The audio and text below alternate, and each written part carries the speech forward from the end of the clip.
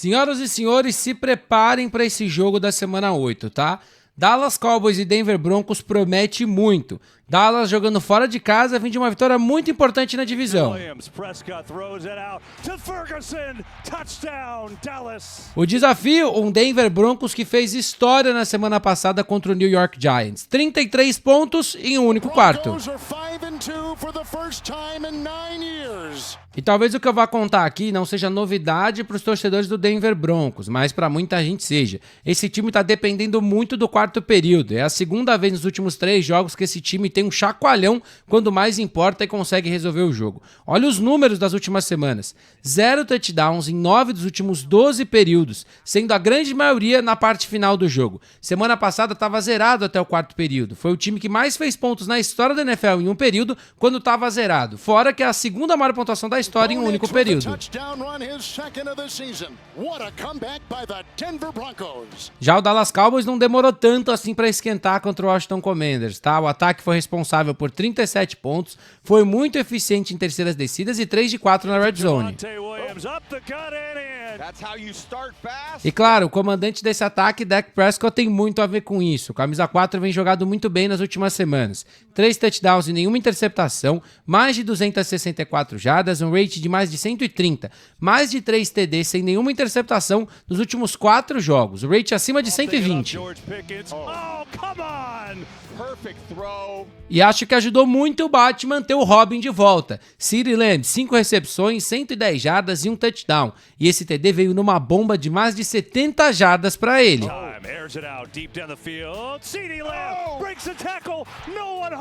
E eu não sei que outra referência de Batman a gente poderia usar pro Pickens, sei lá, talvez o Asa Noturna. O que eu sei é que o camisa 3 também tá jogando bem, mais de 80 jardas para ele.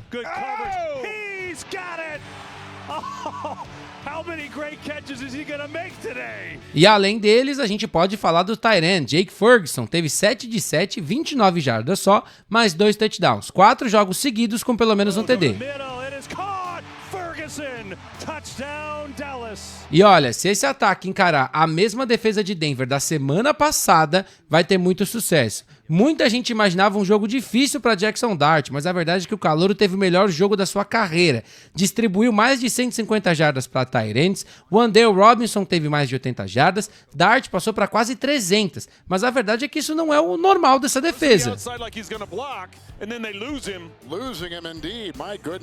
Os números da temporada realmente mostram que foi um jogo atípico. O time está cedendo 18 pontos só por partida e a secundária cedendo um rating pouco acima dos 80 para quarterbacks. Então realmente foi um dia atípico contra os Giants. O que não foi atípico foi a pressão ao quarterback. 4 sacks na semana passada e 10 quarterback hits. E essa pressão vai ser importante contra o Dak Prescott. Na semana passada foi sacado só uma vez. E a verdade é que nos últimos 4 jogos ele foi sacado ou uma ou nenhuma vez. Na atual temporada, só 8 sacks para ele. Tá empatado em segundo lugar como QB menos sacado. E falando da importância dessa linha ofensiva, que tal o Javonte Williams? Teve um grande jogo semana passada contra os Commanders. 116 jardas, 6.1 por carregada e um touchdown para ele. Já são 6 touchdowns no ano e mais de 80 por jogo de média. E a lei do ex pode cantar contra o Denver Broncos. E vale lembrar, foi contra um Washington Commanders que não tá bem nas últimas semanas, mas que regularmente joga bem contra a corrida. Então vamos dar esse valor pro Javonte Williams. Vai encarar uma defesa do Denver Broncos que conteve Ken Scarabu e é uma das melhores da NFL quando a média parar running backs.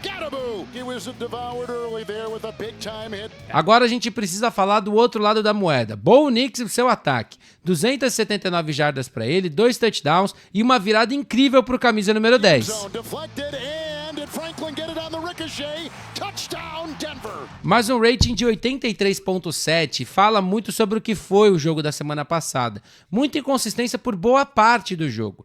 Bo Nix só teve um rating acima de 100 em um jogo da atual temporada. O camisa 10 e Sean Payton ainda não estão muito conectados. Isso precisa funcionar. E precisa funcionar essa semana, porque o Dallas Cowboys vem de discutivelmente o seu melhor jogo defensivo da temporada.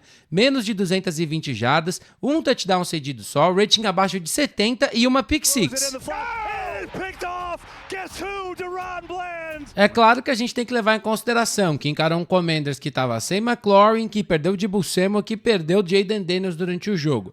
Ainda depois dessa vitória, o time é o segundo pior em rating e o terceiro pior em pontos por jogo, então vai ter que melhorar. Algo que chamou atenção semana passada foram os 4 sacks, e isso sempre ajuda a sua defesa. E se Dak Prescott tá sendo difícil de ser sacado, o Bo Nix também, tá empatado com ele em só 8 sofridos. Fora que Bo Nix gosta muito de correr com a bola, quase 10 por carregada na semana passada e 2 TDs pra ele.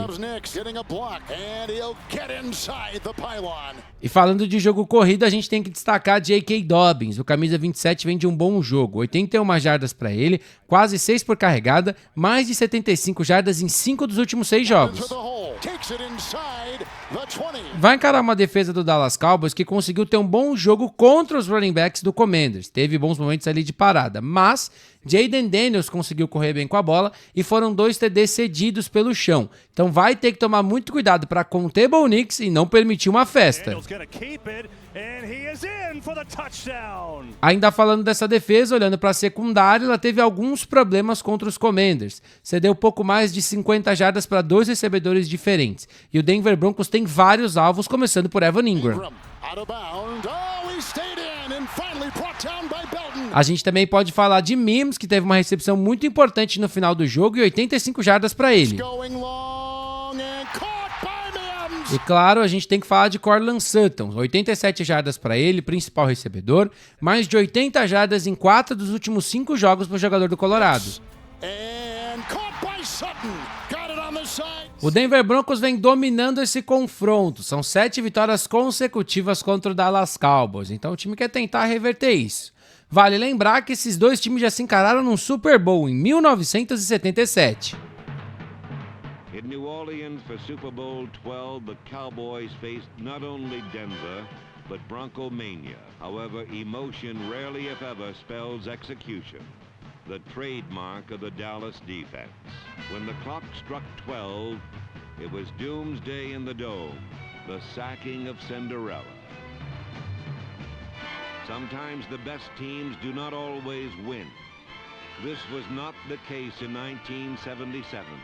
As the Dallas Cowboys capped a truly marvelous season, a world championship season, 27-10.